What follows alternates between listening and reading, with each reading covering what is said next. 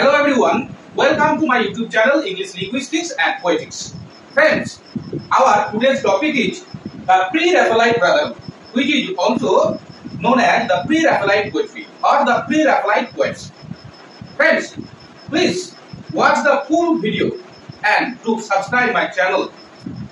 Friends, আজকের আমাদের যে টপিক সেটা হলো the Pre-Raphaelite Brotherhood. এই দ্য প্রি-রাফায়েলাইট ব্রাদারহুড এই আজকের যে টপিক এটাকে আমরা কয়েকটা পার্টে ভাগ করে আলোচনা করব যাতে করে আমাদের পুরো বিষয়টা বোধগম্য হয়, আমরা বুঝতে পারি।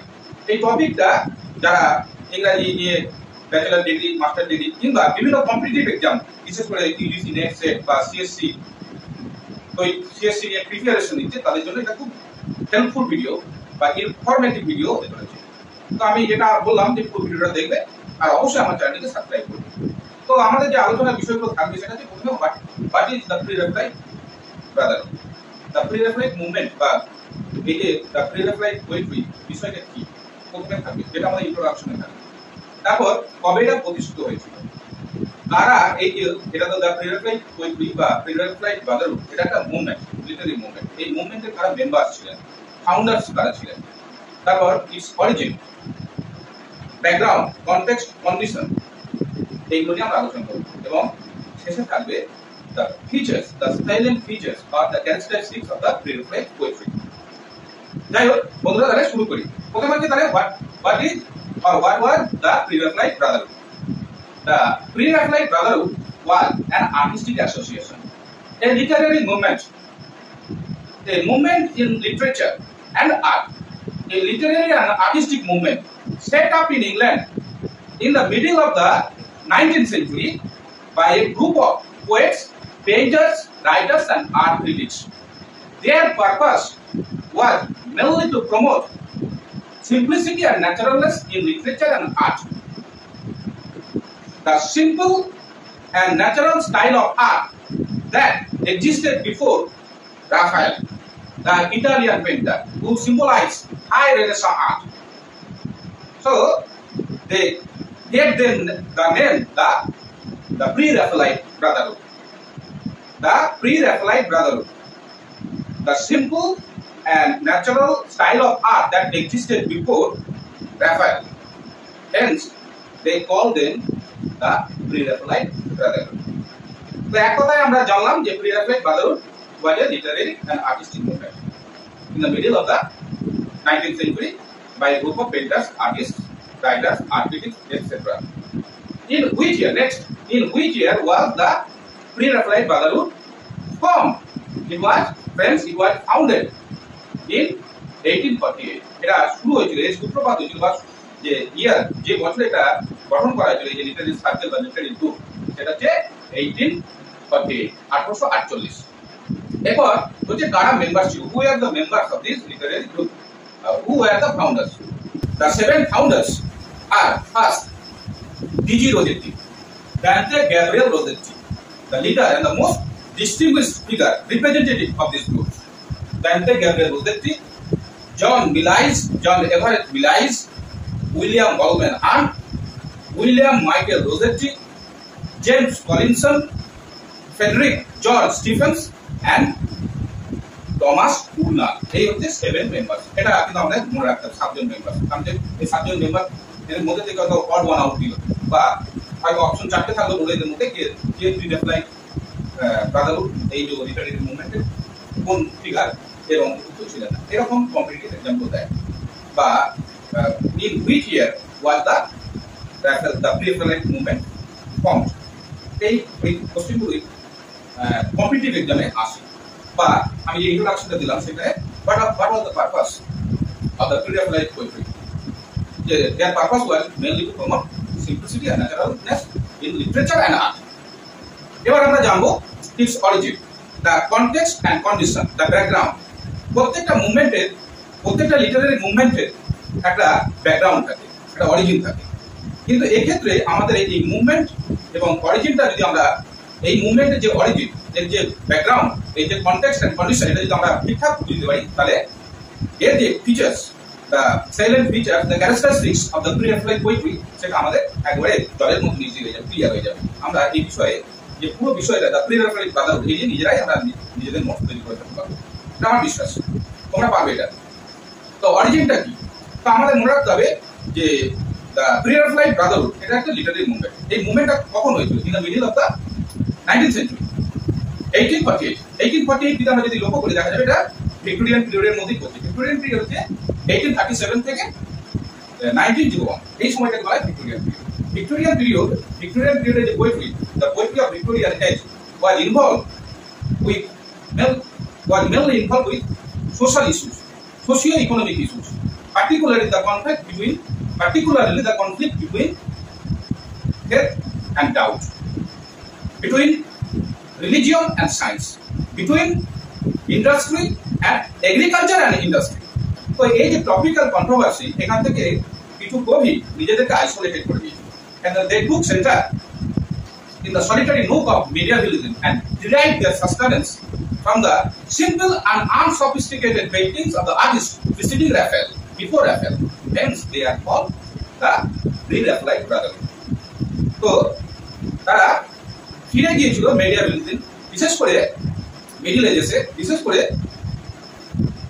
রাফায়েলের আগে যে পেইন্টিং, যে আর্ট, যেটা ছিল সিম্পল এবং ন্যাচারাল, যেটা ছিল সিম্পলিসিটি, যার মধ্যে সিম্পলিসিটি ছিল, জেনারোসিটি ছিল, ন্যাচারালনেস ছিল, যার মধ্যে ছিল হাম্বল অ্যাডারেন্স টু ট্রুথ, এর মধ্যে তারা ফিরে গিয়েছিল, যেটা কিন্তু রাফায়েল এবং তার যে সাকসেসর্স তাদের লিটারেচার বা আর্টের মধ্যে ছিল না, খুঁজে পায়নি। তারা চেয়েছিল যে tried to free poetry from the shackle of social consciousness, from the social concern, and return it to the realm of the Middle Ages. So friends, যারা প্রি-রাফায়েলিট পোয়েটস ছিলেন, তারা তাদের যে কিনশিপটা ছিল, তারা মনে করতেন যে তাদের kinship was with Shelley, Coleridge, and Keats. They trails the legacy of sensuousness, pictorial quality, and the medievalism which characterizes the poetry of the Romantic period, that is 1798 to 1832. এই পিরিয়ডটাকে আবার রোমান্টিক পিরিয়ড বলা হয়। এই সময়ের যে কবিতার বৈশিষ্ট্য, এই প্রি-রাফায়েলিট পোয়েট্রি তাদের কবিতার মধ্যে পাওয়া যায়। Actually, they re-revived the romantic movement in the Victorian period. এবং they were supported, তারা যে নতুন ধরনের কবিতা, new trend of poetry they launched was supported by John Ruskin, and to make familiar the reader with their new trend of poetry, new type of poetry, they published a magazine, The Jan, Thoughts Towards Nature in Poetry, Literature and Art. It has the subtitle, Thoughts Towards Nature in Poetry, Literature and Art. The Jan এই যে magazine তারা প্রকাশ করেছিল, এর editor ছিলেন William Michael Rossetti, brother of Dante Gabriel রোজেট্টি।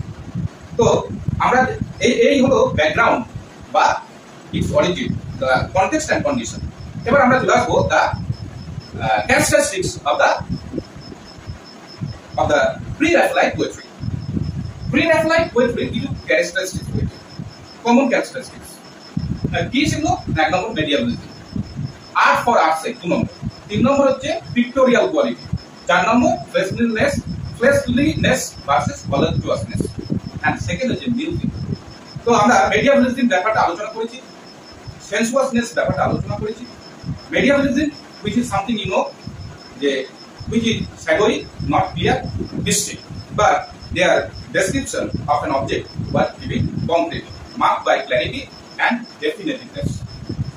Art for art sake হচ্ছে তারা মনে করতেন যে কবিতার যে পাঠকদের আনন্দের জন্য, poetry should be written for the delightment of the poet, of the reader, not to convey any moral message. So for aesthetic sense, poetry should be used for aesthetic sense, for the delight of the reader, not to convey any moral message. Next point হচ্ছে pictorial quality. তো তাদের কবিতার একটা বৈশিষ্ট্য হচ্ছে যে pictorial মানে pictures in words, ইমেজেড এবং সেন্সুয়াস। নেক্সট পয়েন্ট হচ্ছে ভলেপচুয়াস, ফ্লেশলিনেস প্লাস ভলাপচুয়াসনেস। তো কিছু some critics finds in their poetry fleshliness, obscenity. But these attack, especially by Robert Buchanan, who called their poetry as the fleshly school of poetry. But this attack, this criticism is groundless. Pre-Raphaelite poets যারা ছিল তারা they projected the objects with acute details. The object they projected as the object was. তারা যে object তারা বর্ণনা দিত কেবলমাত্র তার সারফেস বর্ণনা দেয়নি, ভেতরেরও বর্ণনা দিয়েছে, both inside and outside, interior and exterior of an object. তো fleshly ব্যাপারটা নেই, বিকজ এটা বলা যাবে না যে fleshliness বা obscenity ব্যাপারটা নেই, কিন্তু তারা ভেতরে গিয়ে একটা বস্তুকে ব্যাখ্যা করবে। যেমন they dealt love, beauty, physical body with extreme passion. Next point হচ্ছে musical. The poetry of the pre-Raphaelite Brotherhood is rich in musical cadence. তাদের পোয়েট্রি যেমন পিক্টোরিয়াল ইমেজারির জন্য বিখ্যাত, pictures in one. Their poetry was also famous for musical cadence, for sonic imagery, the pictures of melody. এবার আমাদের কনক্লুশনটা কি হওয়া উচিত? যে the pre-Raphaelite Brotherhood left a great impact on visual arts, on design for the upcoming centuries, but it was less significant on literature, in writing. Though some poets like William Morris and S.C. Swinburne